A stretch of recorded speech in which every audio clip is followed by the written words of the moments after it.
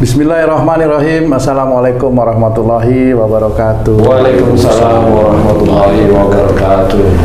Amin. Amin. Jadi ini memang ada sebagian besar juga ya, sebagian besar dari para remaja, adik-adik remaja, putri, kemudian ibu-ibu muda, kemudian juga ibu-ibu yang sudah punya anak, tapi jarang ya, biasanya kalau udah ibu-ibu jarang, rata-rata remaja sampai ke arah ibu-ibu muda. Jadi ada yang haidnya itu sebelum haid sudah sakit, kemudian pada saat haid sakit sampai nggak bisa bangun umpamanya. Nah, kemudian ada juga para wanita yang kalau haid nggak sakit. Itu kenapa sih? Bagi teman-teman dokter ini hormonal katanya. Hormonal. Jadi kalau orang yang sakit itu kelebihan hormon apa atau kekurangan hormon apa, saya nggak tahu. Ada lagi Ustaz. Apa? Saat mens itu orang bilang ini sensitif banget nih, lagi M kali ini. Seperti itu kadang itu. Gimana itu? Kalau itu sebenarnya itu benar atau mitos kan? Fakta atau mitos itu ya? Sebenarnya itu bisa aja beneran. Cuma orang kan nggak tahu nih, orang-orang kadang-kadang oh itu mitos gitu. Dia nggak tahu masalah kejiwaan. Ya, itu bukan, itu kejiwaan istilahnya. Jadi itu benar. Ada yang begitu ya, Pak? Ada yang begitu. Nah, sebenarnya itu berhubungan dengan yang sakit dan tidak sakit. Kalau orang-orang pintar bilang itu hormonal, kalau saya, iya emang hormonal.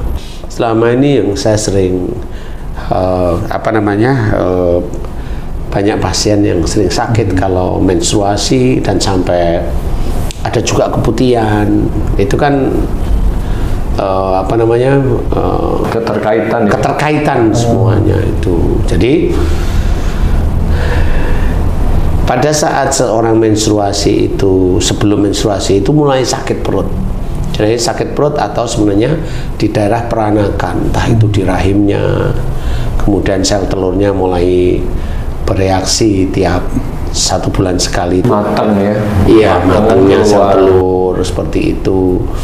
Itu adalah cintanya Allah kepada manusia sebenarnya, bahwa dia diizinkan untuk nantinya telur itu akan dibuahi oleh sperma. Jadi di titik-titik itu ada gejala, ada yang sakit sebelum menstruasi, pada saat menstruasi juga sakit, atau sampai menstruasi selesai itu sakit macam-macam. Ada yang sebelum menstruasi 3 hari mulai enakan, ada macam-macam. Nah, insya Allah hal-hal tersebut itu berkaitan dengan emosi seseorang, emosi wanita tersebut itu dengan orang tuanya, entah itu sama ibunya, entah itu sama ayahnya. Insya Allah itu yang saya alami, bukan saya mengalami menstruasi, maksudnya saya mengalami dengan para pasien yang sakit. Jadi kalau yang di sini yang ketemu dengan saya itu bukan sakit, hanya sakit perut, enggak, itu sudah sampai jatuh nggak bisa bangun. Sampai demikian hebatnya sakitnya. Kalau saya tanyain, kamu yang sering marah itu sama siapa, walaupun kamu simpan nggak kamu omongkan, ibu atau bapaknya gitu. Sama ibu, Ustaz. Benar. Kenapa kamu bisa marah sama ibu? Nggak apa-apa, cerita gitu. Nah, disinilah efek psikologisnya itu dia cerita karena ibu saya begini. Nah, disitulah terbuka. Ini ada masalah dalam keluarga karena yang nganter juga ibunya.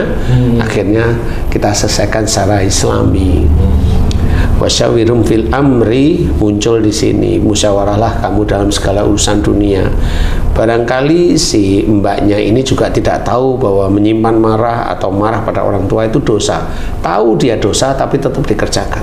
Dan kebanyakan orang-orang itu seperti itu, termasuk orang-orang Islam. Ya itu begitu, berlanjut aja marah. Ada yang sadar bahwa marah itu dosa, akhirnya dia tidak mau, kemudian minta maaf. Ada juga yang nggak tahu bahwa itu dosa dan tahu itu dosa, tapi dikerjakan terus-menerus sampai dia itu sudah punya suami pun dia melakukan juga. Nah ini yang namanya nggak tahu diri ceritanya. Nah ini jangan ke sana. Nah yang saya tangani ada seorang yang sampai dia itu sampai hampir seminggu itu dia tidur terus nggak bisa bangun. Saya cuma tanya kenapa? Ibu saya senengannya begini Ustaz. Nah itu yang bikin saya marah. Sejak dulu ya. Nah, sudah mulai hari ini kamu sebagai anak belajarlah untuk hormat kepada orang tua. Walaupun orang tua tetap ada salah. Ibu, kalau si mbaknya ngomong begini bener nggak ibu gitu? Iya Ustaz. Nah baru ibunya cerita. Masalahnya kalau saya begini itu nanti biar anak-anak begini. No, ini kan salah terima berarti. Jadi enggak ya. Akhirnya saya kasih tahu anak, Pak, insya Allah ini nanti berlaku terus menerus. Bisa aja besok mbak itu kena tumor. Dimana kalau marahnya dengan ibu ada tumor atau miom atau endometriosis di daerah apa namanya ovarium. Ya di situ kalau marah dengan ibu jangan ya, itu nanti bisa sampai jadi kanker kalau marahnya itu tinggi intensitasnya istilahnya. Akhirnya saya kasih tahu, saya nggak nakut-nakutin karena banyak pasien saya yang kanker ovarium pun awalnya juga marah sama ibunya. Jadi jelas sekali saya berikan gambaran itu bukan nakut-nakut, enggak, saya memberikan ini pelajaran. Akhirnya beliau mau ngerti, belajar, kemudian selesai dia minta maaf sama ibunya, kemudian doa selesai. Biasanya 1 bulan saya suruh kembali lagi. Pas 1 bulan itu biasanya dia habis menstruasi, dia cerita, alhamdulillah Ustadz yang kali ini sakitnya nggak seberapa, nggak terlalu, berarti dosa kamu mulai diampuni oleh Allah Ta'ala. Lanjutkan, setelah itu lanjutkan, ya maksudnya lanjutkan tiap hari minta maaf sama ibu, saya bilang gitu, kemudian mohon ampun kepada Allah Ta'ala, 2 hal tersebut. Nah efek dari kalau seorang wanita itu marah dengan orang tua, efeknya nggak cuma sakit pada saat menstruasi, bisa aja insya Allah dia itu untuk mendapatkan jodoh agak sulit juga. Jadi efeknya ke arah sana. Itu bukan mitos, bukan. Tapi saya sering marah sama orang tua saya dapat suami, iya. Pertanyaan saya tambahin lagi pertanyaan. Kamu sering berantem nggak sama suami kamu? Sering, nah itu. Kamu ada perasaan nggak puas dengan suami? Iya, nah itu. Jadi ada tahap-tahap ininya. Makanya kalau memang sering berantem dengan suami, pertanyaan saya lagi adalah, apakah dengan kamu itu selalu bertengkar dengan suamimu, besok di akhirat yakin kamu bisa bertemu dengan suamimu di surga? Jauh harus difikirkan. Makanya saat ini kembalilah pada ajaran agama Islam yang baik. Hormati orang tua, minta maaf sama orang tua. Itu sangat mulia di hadapan Allah Ta'ala. Jadi kalau anak, jangan abaikan, hormati orang tua. Para wanita harus belajar mulai hari ini, dari wanita-wanita muda, remaja, hormati orang tua karena Allah. Ya, karena nanti pada saat seorang wanita atau mbak-mbak yang remaja menghormati orang tua, insya Allah dari mulai tidak diberi sakit oleh Allah Ta'ala, kemudian juga rizkinya dari sisi jodoh nanti juga disiapkan, rizkinya dalam bentuk harta juga disiapkan oleh Allah Ta'ala. Apalagi niat mau membantu orang tuanya, walaupun tidak tersebut, tapi saya akan bantu orang tua saya karena selama ini orang tua saya membanting tulang itu untuk menghidupi saya. Tapi dia nggak ngomong, dia diem.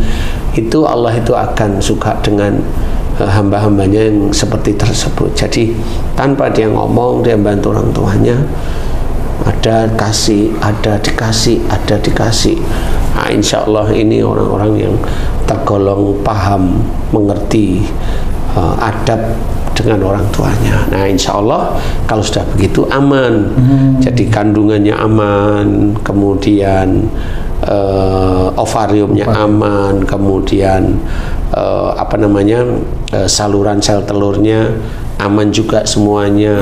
Daerah-daerah reproduksi itu insya Allah aman semua. Jadi istilahnya paling tidak itu kalau besok diizinkan mendapatkan pasangan, tidak rusak karena gara-gara ada masalah endometriosis, miom, atau tumor, atau bahkan kanker di darah peranakan atau reproduksi tersebut. Jadi untuk menjadikan itu dijaga, ya itu bukan dijaga itu periksa ke dokter, oh boleh silahkan periksa, tapi dijaga itu dari perilaku sebenarnya.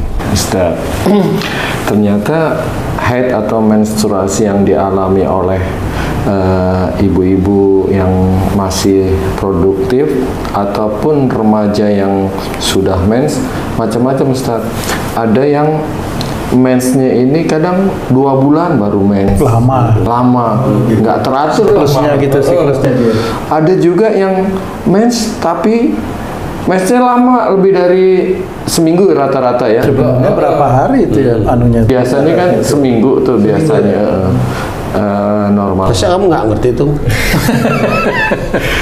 Lupa ya.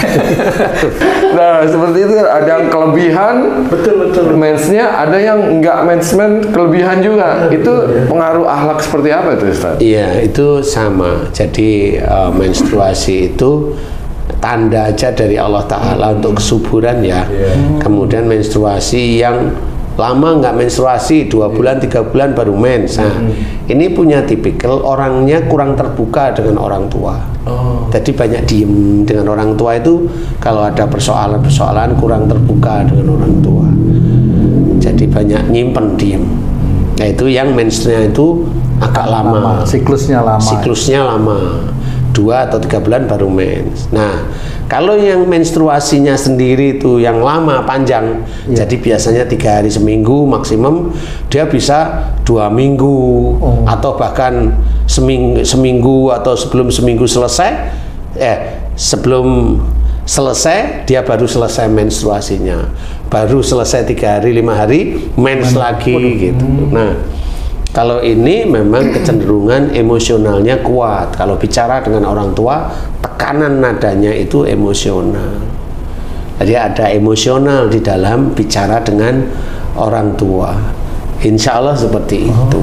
Nah, satu lagi, Ustaz. Ada juga masa menstruasi pertama kali itu lebih cepat artinya biasanya SD nih, tamat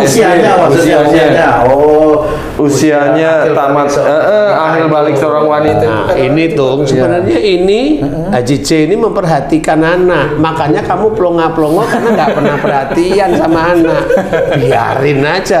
Jadi sampai kok bisa tahu nih ya? Iya. Kalau anak perempuan biar mamanya yang perhatiin Pak Ustadz. Karena gini juga, karena kamu nggak pernah di rumah. Iya betul. Di rumah yang lain masalahnya. Karena di proyek Pak Ustadz. Oh iya. Di proyek. Dari anak saya hamil udah di proyek.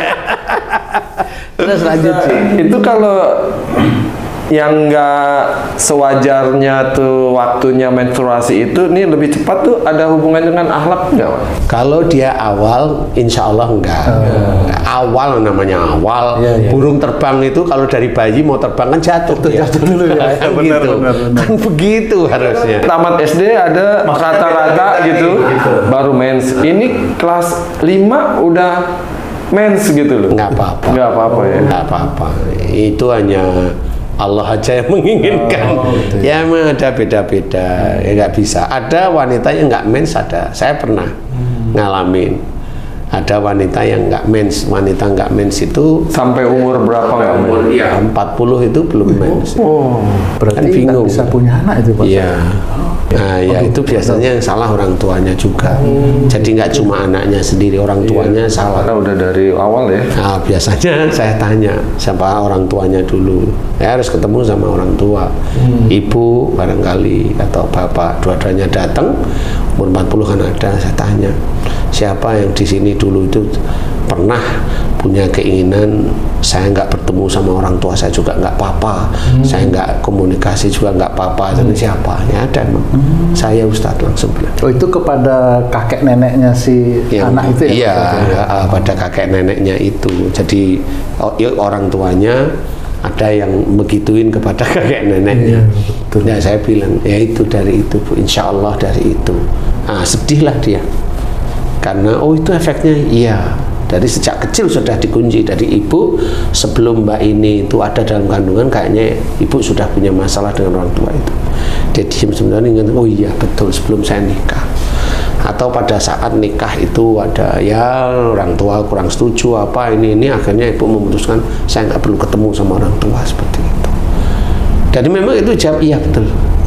Ya betul. Aduh, udah umur ini gimana ya, tapi ya tetap saya akan bantu doa. Kok nggak dulu ketemu sama saya?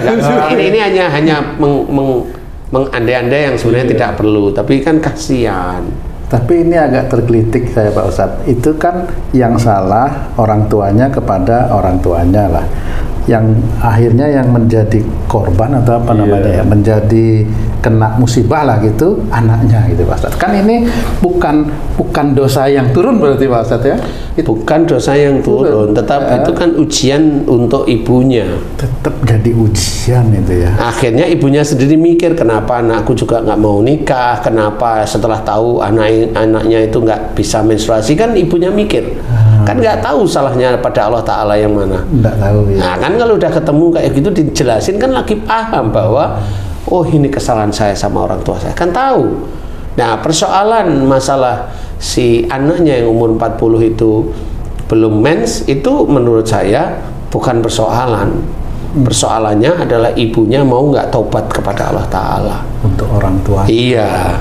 Nah pada saat tahu anaknya begitu karena ketemu dengan saya, benci nggak anaknya itu dengan ibunya? Nah itu dia. Akhirnya memang anaknya juga jengkel sama ibunya. Saya kok jadi korban? Nggak ada korban di sini. Ini hanya mengingat gitu. Jadi kan akhirnya kan anaknya memang agak sulit mengendalikan bahwa dia tetap jengkel dengan ibunya. Saya juga bilang, nah kan Bu sekarang merembet. Yang dulunya ibu begitu sama orang tuanya, sekarang dibalas anaknya ibu beginiin sama ibu, baru dia sadar diem gitu. Kan mirip, cuma sekarang ini mulai terbuka. Kalau dulu ibu kan diem, barulah di situ terbuka. Makanya hormati orang tua itu sangat penting, sangat penting. Banyak hal, karena ridho Allah juga tergantung ridho orang tua. Makanya jangan main-main seperti itu. Ada yang si bapaknya itu, umpamanya bapaknya itu pinjam uang sama orang tuanya, nggak dikasih, marah. Pokoknya saya harus bisa berdiri sendiri tanpa dibantu orang tua. Keluarlah anaknya kakinya cacat. Nah itu awalnya begitu, nggak boleh seperti itu. Makanya harus belajar. Itu mitos, bukan. Yang bilang mitos karena nggak pernah tahu dia pelajaran ilmu dari Allah Ta'ala. Itu bukan mitos, itu beneran. Itu kan karena kromosomnya itu rusak. Benar, kalau itu saya jawab iya. Tapi yang bikin rusak siapa? Kan begitu harusnya. Yang bikin rusak itu Allah. Kenapa Allah bikin rusak? Karena orang tuanya itu. Sebenarnya itulah agar orang itu sadar. Kenapa ada azab bagi umatnya Nabi Lut?